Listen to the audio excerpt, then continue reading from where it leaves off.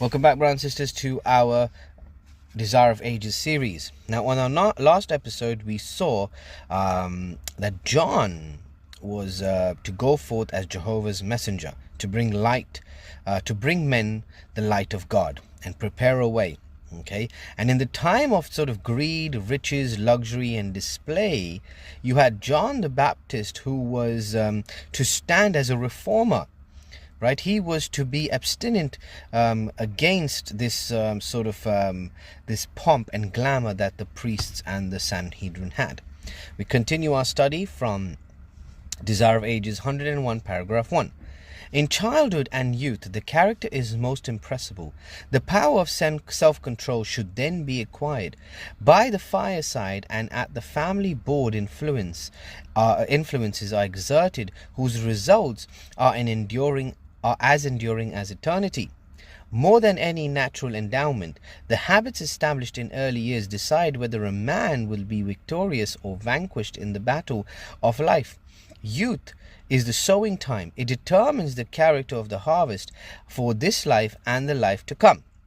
As a prophet, John was to turn the hearts of the fathers to the children and the disobedient to the wisdom of the just, to make ready a people prepared for the Lord. In preparing the way for Christ's first advent, he was a representative of those who had to prepare a people for our Lord's second coming. The world is given to self-indulgence. Errors and fables abound. Satan's snares for destroying souls are multiplied. All who would perfect holiness in the fear of God must learn the lessons of temperance and self-control. The appetites and passions must be held in subjection to higher powers of the mind. The self-discipline is essential to the mental strength and the spiritual insight, which will enable us to understand and to practice the sacred truths of God's work.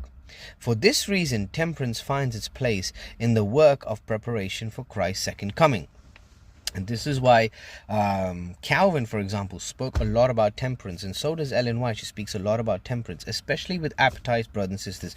This passage here speaks volumes to me because I am still in a process of trying to give up meat. Remember, giving up meat eating is important right here in this earth, because when we go to heaven, there is no killing, therefore there will be no meat. So we are to prepare ourselves for the coming of Jesus Christ, rightly like it's said over here, before Christ comes, so that when Christ comes we are prepared, just like John the Baptist was preparing for those in his first advent, and those who were prepared in the first advent received Jesus. Therefore